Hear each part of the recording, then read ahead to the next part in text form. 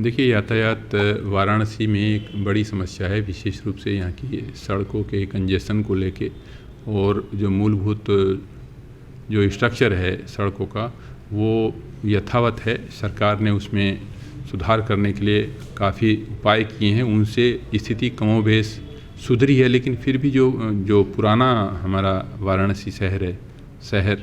के चौराहे, शहर की सड़कें सक्रिय है। ट्रैफिक के हिसाब से जो यहाँ पे लोग आते हैं बाहर से, जो फ्लोटिंग यहाँ पे पॉपुलेशन है, विशेष रूप से तीर्थ यात्रा के उद्देश्य से आते हैं, तो उनको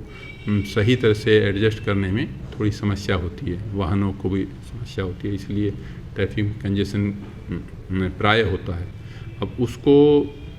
दुरुस्त करने के लिए तो ट्रैफिक पुलिस कार्य करती है, जहाँ पे कंजेशन की विशेष सूचना मिलती है वहाँ से स्पेशली अतिरिक्त फोर्स लगा के और संबंधित थाने के फोर्स को लगा के उस कंजेशन को दूर कराया जाता है। विशेष रूप से जो ये त्योहारों का जो एक वो आ रहा है, इस समय बहुत निकट होली का त्यौहार है, रमज़ान भी चल रहे हैं और अभी चुनाव भी सन्निकट है,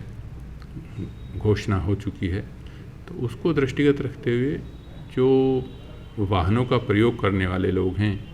उनका उत्तरदायित्व थोड़ा बढ़ गया है। आपके माध्यम से मैं उनसे अपील करना चाहूँगा कि ये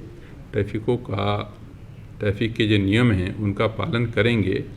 तो अपने और सड़क पर चलने वाले, उसका प्रयोग करने वाले अन्य लोगों के जीवन की सुरक्षा भी हो सकेगी। इस चीज़ को लेकर समय समय पर जागरूकता के अभियान ट्रैफिक पुलिस द्वारा, जिला पुलिस द्वारा चलाए गए हैं। आज भी हमने एक इस तरह का प्रशिक्षण यहाँ पर रखा है, जिसमें जो हमारे ट्रैफिक पुलिस के लोग हैं और थाना पुलिस के लोग भी हैं, उनको iRAD एक एप्लीकेशन है, उसमें डाटा फीड किया जाता है एक्सीडेंट से संबंधित, जिससे एक्सीडेंट का अध्ययन करके उसके डाटा का विश्लेषण करके कहाँ पर किस तरह से रोड इंजीनियरिंग को ठीक करके और ड्यूटी लगाकर, साइनेज लगाकर उनको दुर्घटनाओं को कम किया जा सकता है, उसके संबंध में नीति बनाई जाती है। तो उन सभी फ्रंट्स पे कार्य निरंतर चल रहा है, लेकिन सबसे महत्वपूर्ण बात जो जीवन रक्षा की है,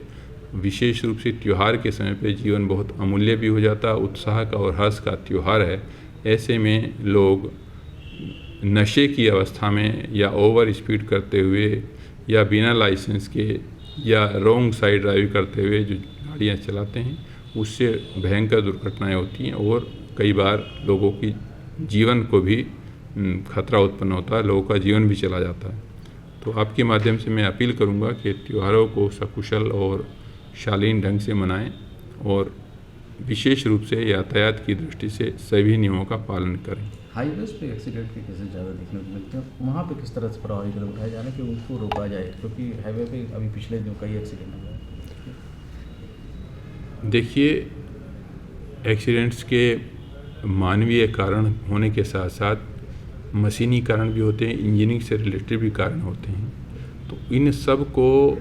रोकने के लिए, जैसा मैंने अभी आपसे बताया, डाटा संकलित करके उसका विश्लेषण करके हर एक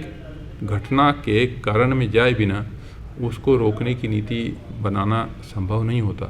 क्योंकि प्रत्येक घटना का कारण कुछ ना कुछ विशेष होता है। तो उन सब चीज़ों को देखते हुए फिर साथ में रोड पर, विशेष रूप से हाईवे पर इतना फास्ट व्हीकल्स का आवागमन होता है कि वहाँ पे एक एक व्यक्ति का ये चेक कर पाना कि इसका पास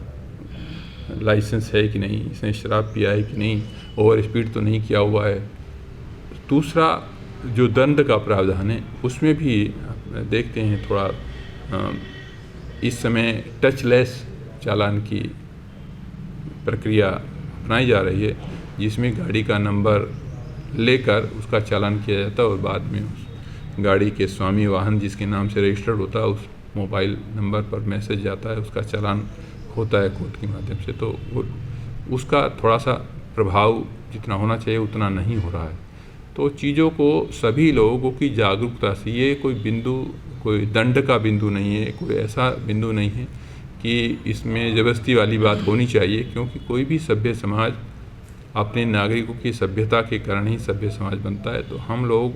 जागें, जागरूक हों, अपने अपने संतान, अपने परिजनों का ध्यान रखते हुए अपने जीवन की सुरक्षा करें और अपने साथी नागरिकों की जीवन की भी सुरक्षा करें, जिसके लिए ट्रैफिक के नियमों का पालन करना बहुत ज़रूरी है।